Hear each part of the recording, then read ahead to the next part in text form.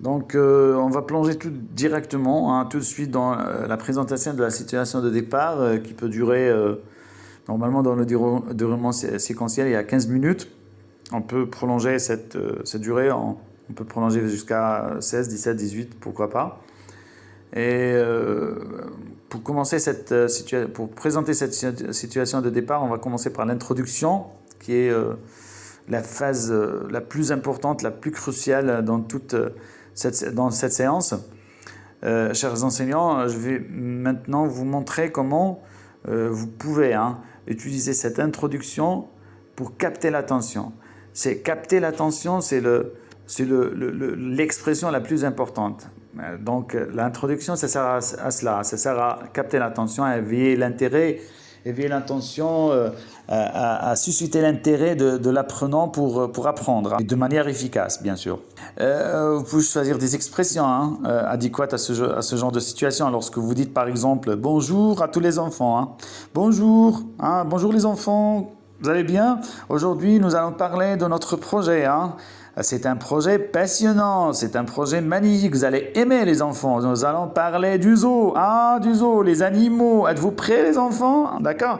Donc il faut que vous établissiez un type de communication interactive où vous allez encourager l'échange, l'interaction de vos apprenants. Donc assurez-vous d'adopter un ton enthousiaste et engageant, cela va vous aider.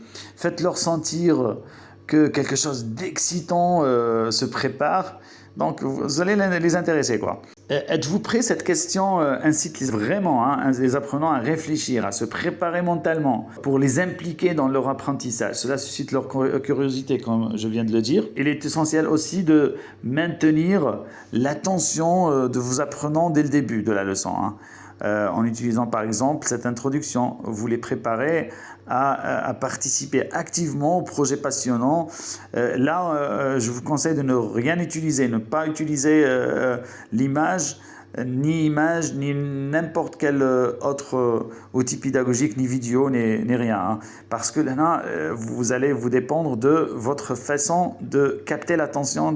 Ça, c'est un savoir-faire pédagogique. Pour la présentation de la situation de départ, chers enseignants, chers collègues, je vais vous expliquer comment vous pouvez introduire la situation de départ de la séquence. Pauvre petite gazelle, c'est la première séquence du projet OZO. À vos apprenants. Cette étape est cruciale, bien sûr, pour susciter leur intérêt. Donc, lorsque vous présentez cette étape, envisagez d'utiliser, là, on utilise les images. Là, on utilise les images, les photos, si vous en avez, des vidéos peut-être, des séquences vidéo.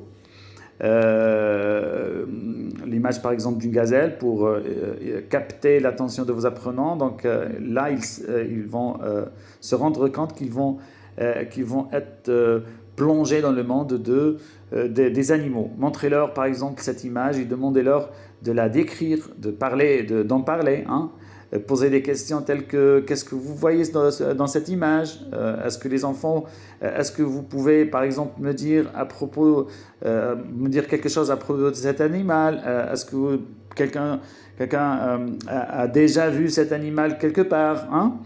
Vous pouvez même leur proposer une image à propos du Sahara, du désert, une image qui représente le désert. Et vous allez leur poser par exemple la question, les enfants, est-ce que vous connaissez cet endroit?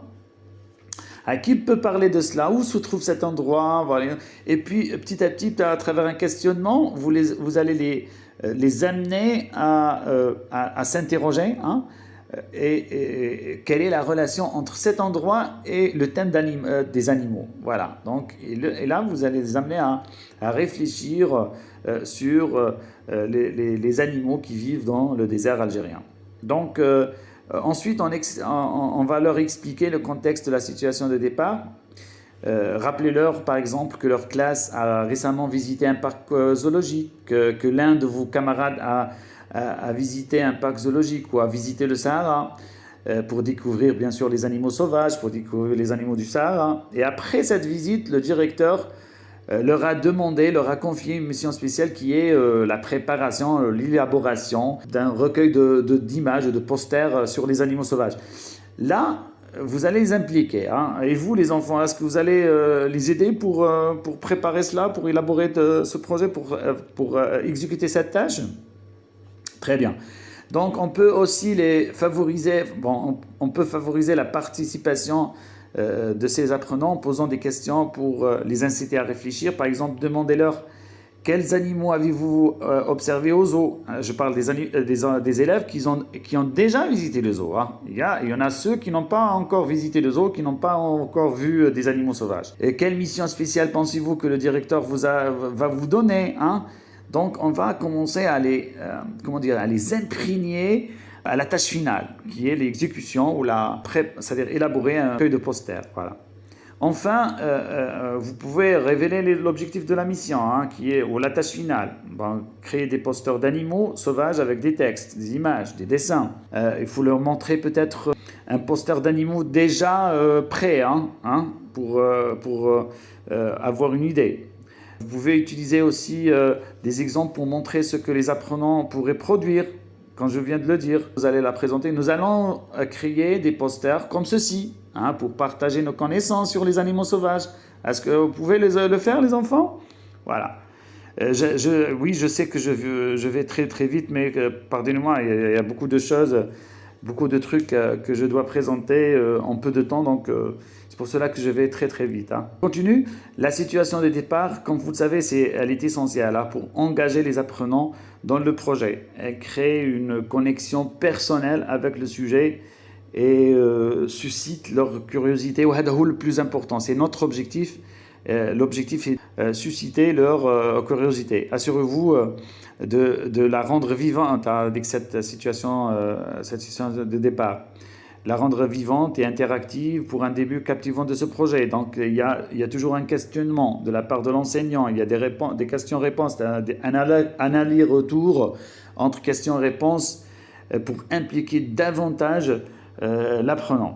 On passe maintenant à la troisième étape qui est l'activité interactive. Elle est très importante. Elle peut durer 5-6 minutes. Elle vise à encourager davantage les apprenants à réfléchir, à partager leurs idées. L'étape précédente, c'était un genre de remue-ménage, brainstorming. Vous avez recueilli l'ensemble des idées par les apprenants. Là, ils vont les présenter, ils vont les exposer. Donc, invitez les apprenants à réfléchir à leur animal préféré, hein, au zoo ou là au Sahara, en posant des questions ouvertes comme pouvez-vous nommer quelques-uns de vos animaux préférés au zoo, les enfants? Qui est déjà allé au Sahara? Est-ce que vous avez vu une gazelle là-bas, un fennec ou je sais pas, un autre animal qui vous a plu ou auquel vous êtes intéressé?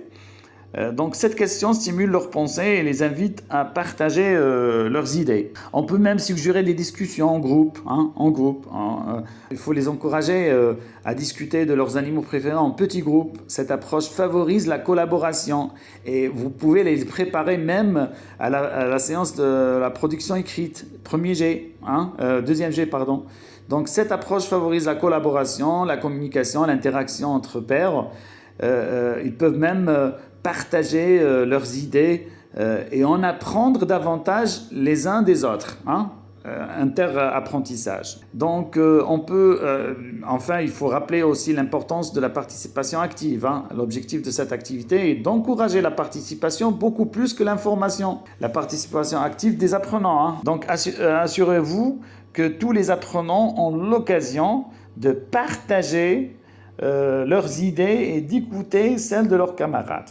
C'est une façon de faire. Donc cette activité prépare aussi les apprenants à la suite du projet en les encourageant à réfléchir, à partager leurs idées, à s'engager. Elle crée aussi également un environnement propice à la découverte et à l'apprentissage collectif. Et comme vous venez de le constater, c'est une séance à dominante orale, pas d'écrit. Moi, je vous conseille. L'écrit en oral, il peut se faire, on peut le faire lors de la séance de compréhension orale où la pré-écoute, on porte au tableau les hypothèses de sens par les apprenants. Là, on peut utiliser le tableau pour écrire. Mais là, la présentation de projet, on peut utiliser que les images. C'est les images qui vont favoriser, qui vont susciter l'intérêt de l'apprenant vers la réalisation de le projet. Donc, comme petite conclusion, la situation de départ en 1 minute, on peut la faire aussi en 2 minutes, 3 minutes. Après avoir discuté des animaux préférés aux zoo et de la tâche finale passionnante, vous pouvez utiliser des mots d'encouragement comme vous étiez excellents les enfants, vous avez bien compris qu'est-ce que nous allons faire. Voilà, ce genre d'expression qui récompense l'effort des apprenants, hein, et qui renforce aussi la participation des apprenants et crée une atmosphère positive. Hein. Vous pouvez aussi annoncer clairement la transition vers la situation alimentaire, hein, qui vient juste après, en disant quelque chose comme allez les enfants, on va passer maintenant à la situation alimentaire. Cela permet aux apprenants, à mon sens, hein, de comprendre que la leçon avance vers la prochaine étape. La transition doit être fluide, hein. Il ne faut pas s'arrêter, il faut continuer le travail comme ça. Elle est captivante pour maintenir, elle doit être captivante pour maintenir l'engagement des apprenants. Parce que si vous arrêtez, vous allez perdre le contrôle Cela les prépare bien sûr à plonger dans la prochaine phase du projet aux zoo avec enthousiasme. Et en concluant ainsi, vous renforcez l'idée que la situation alimentaire, elle aussi, est une étape passionnante à venir, ce qui incite bien sûr les apprenants à rester attentifs et curieux. Je vais parler tout à l'heure de la situation alimentaire numéro 1, qui est une partie prenante de la réalisation de la tâche finale ou du projet.